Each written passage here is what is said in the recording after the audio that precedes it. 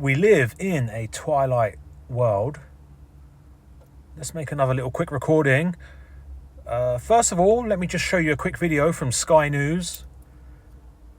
This was today, I believe. Well, in the last few minutes, there's been a further statement from the Russian authorities accusing Britain of being the main instigator of the global conflict.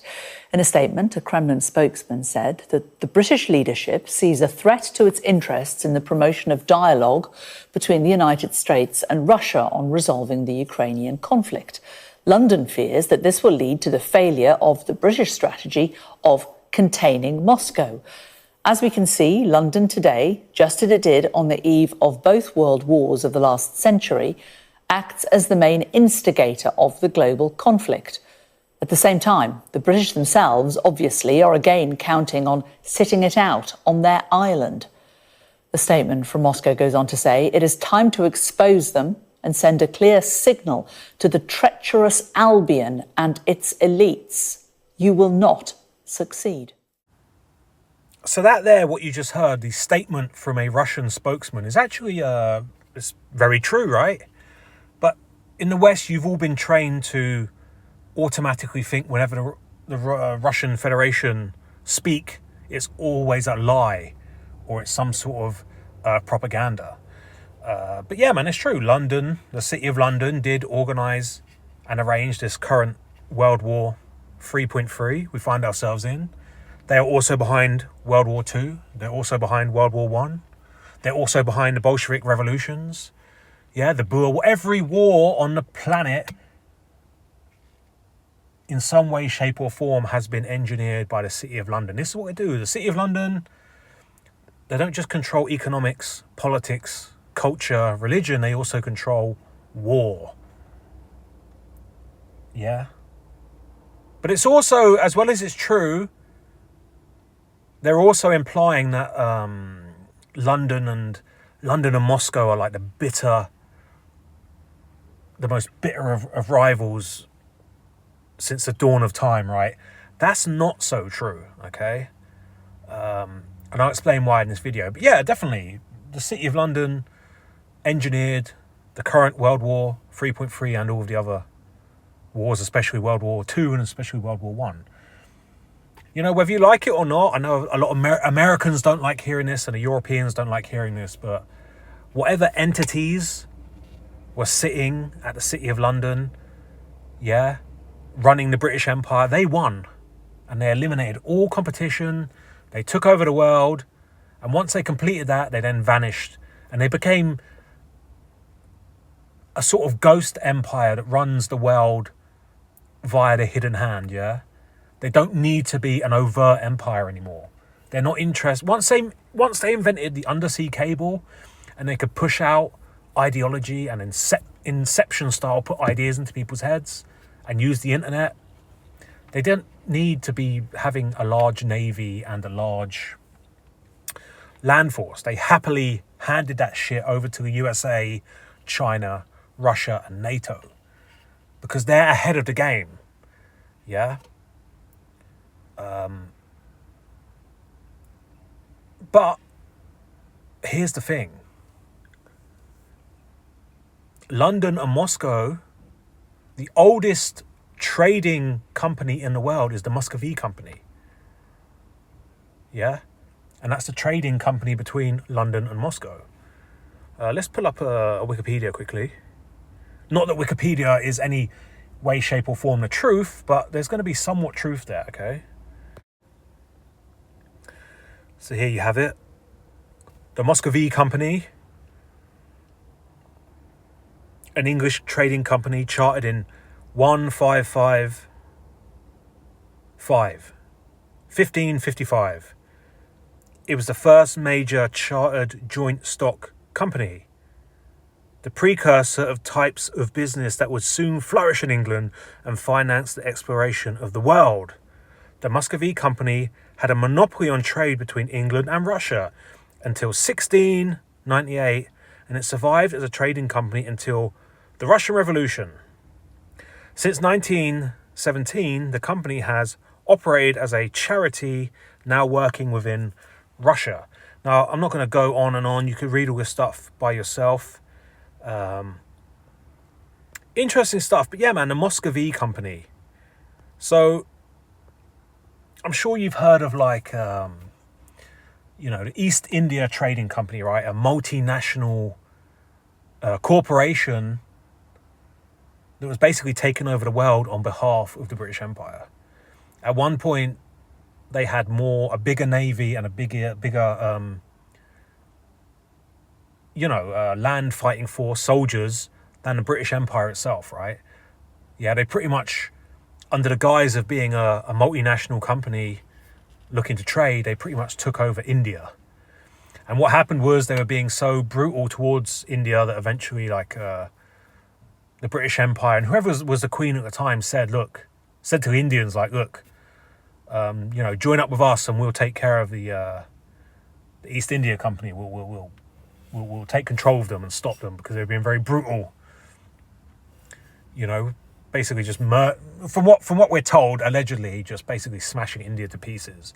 But anyway, the oldest trading company, Muscovy Company, right? So I guarantee you the things that would have been going on them boats back and forth would have been occult people. Yeah. Like real, genuine Freemasons, magicians, ideology, and, once again, where we're led to believe that London and Moscow are the enemies till the end, from the dawn of time to the end. Actually, on the occulted timeline, occult means hidden, they're actually the best of friends and they're working together. You see, the British, they funded the Bolshevik revolutions. They were heavily involved in the Russian Civil War. The Russian Civil War started pretty much at the end of the Great War, World War One, and Britain sent over 60,000 troops to meddle around and interfere with the Russian Civil War. Yet again, something that I find hard to believe, if we're supposed to believe that so many British troops were slaughtered in World War One, how could they then get involved in a war over in Russia? So yeah, the City of London, they funded, the Bolshevik revolutions, which obviously tore Russia apart and, spread over to Europe and smashed Europe, Eastern Europe to pieces as well. Communism and all that kind of stuff. Karl Marx, don't forget, Karl Marx was a City of London agent, He lived in London, got all of his mad ideas in London. Everyone, I'm sure you've all heard of the word of Karl. You've heard of Karl Marx and Marxism, but really that's a sort of a version of English socialism, which came around after the English Civil War. And he was a City of London boy, old Karl Marx. He's even buried. He's still buried in London. That's where his place of burial is. Leon Trotsky as well, who I believe was allowed to come back after or during the revolution. He was also a City of London agent. A lot of these prominent figures in Russia, and especially in communism, were actually trained over in London. So what London was doing is what they do all the time. They fund both sides of the war. So they were funding, the Bolsheviks, but also spreading their kind of guidance and help to the establishment, and they offered protection to a royal family and so on. And they even sent over some of their troops, special forces and so on, guerrilla warfare experts to help both sides. This is what the City of London does, and this is why the City of London had the British Empire, which is the biggest empire that ever existed. So here you go. Here's Karl Marx's tombstone or burial site or whatever. It's in Highgate in North London. What does that say? Workers of all the lands unite. Left side of the road. Karl Marx. I think that's quite an old picture. I think it's been updated since. I think didn't it get vandalized or something?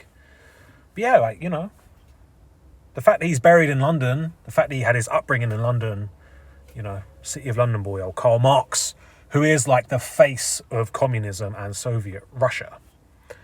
Anyway, I've gone well off track there, well away from the main point. So yeah, back to now, the now that we're in now, and Russia basically saying the truth once again. Yes, London is behind the current world war that has already started, but also London and Moscow have a very, very tight relationship. They all do. Yeah? London and Beijing, London and Paris, London and Washington. Yeah? You have to understand these PowerPoints on the chessboard are separate from the nation. And they don't give a fuck about the plebs. Yeah?